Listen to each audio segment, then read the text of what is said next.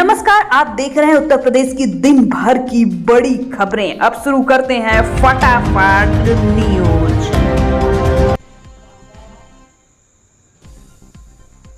योगी ने कहा, ज्ञानवापी ही साक्षात विश्वनाथ है। दुर्भाग्य से लोग उसे मस्जिद कह रहे हैं।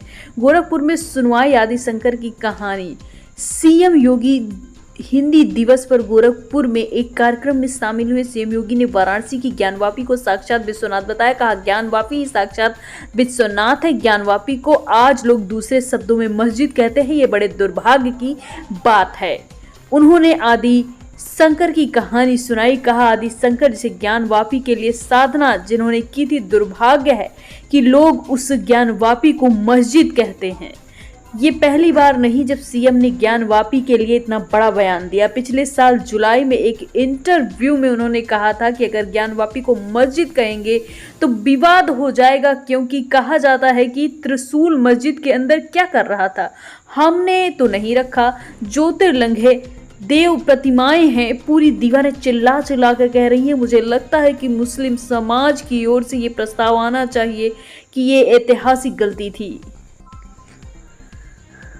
अगली खबर की बात की जाए तो यूपी में पीसीएसजे परीक्षा का एक बड़ा घोटाला। आयोग पर सवाल। हाई कोर्ट ने सरकार से फिर से मांगा जवाब। अभ्यर्थी बोले सीबीआई जांच हो। यूपी पीसीएस की पीसीएसजे 2022 की मुख्य परीक्षा की उत्तर पुस्तिका में गड़बड़ी के मामले में आयोग की ओर से की गई सिफारिश पर कोर्ट में सुनवाई की गई।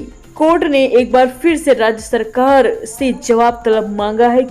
कोर्ट ने पूछा, आयोग ने पूर्व चयनित जिन 2 अभ्यर्थियों को चयन से बाहर कर दिया, 2 नए अभ्यर्थियों को चयन में शामिल करने की सिफारिश की।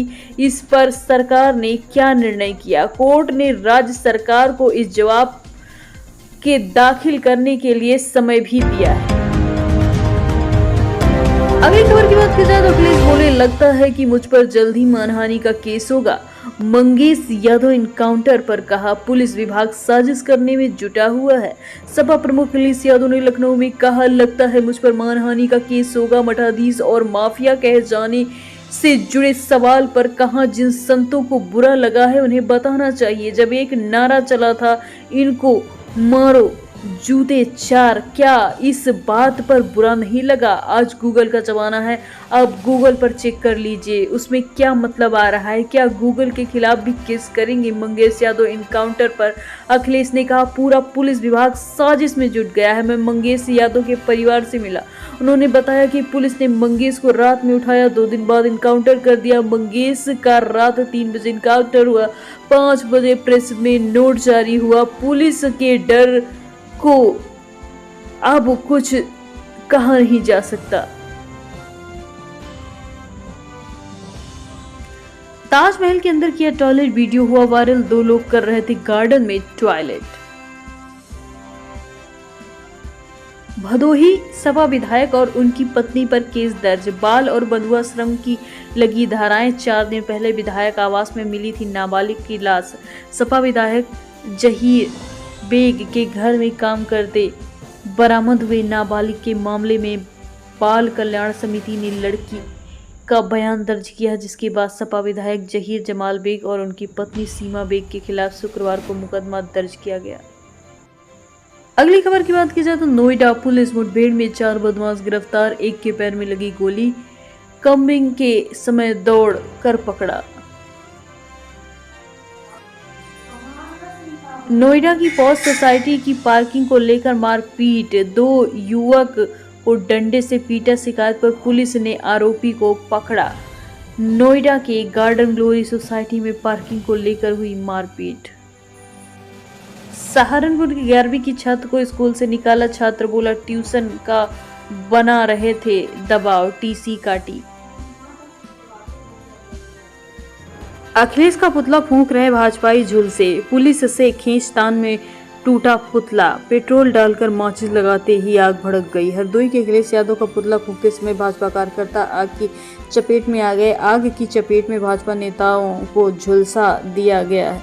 इसके बाद वहां भगदड़ मच गई। किसी तरह मौजूद लोगों ने पुलिस वालों को बचाया। जूस दुकानदार बोला बोतल में यूरिन था। गाजियाबाद में लोगों ने आधार कार्ड देख जूस की दुकानें बंद कराई। विधायक बोले एनएसए लगे। जूस में यूरिन मिलाने के आरोप में आस पास के लोगों ने दुकान संचालक आमिर की पिटाई कर दी।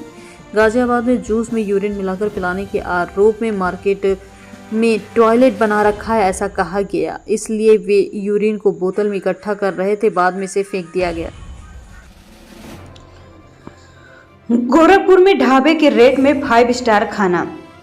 19 सितंबर को सीएम योगी करेंगे उद्घाटन। फ्लोटिंग रेस्टोरेंट में मिलेगी 250 में स्पेशल थाली।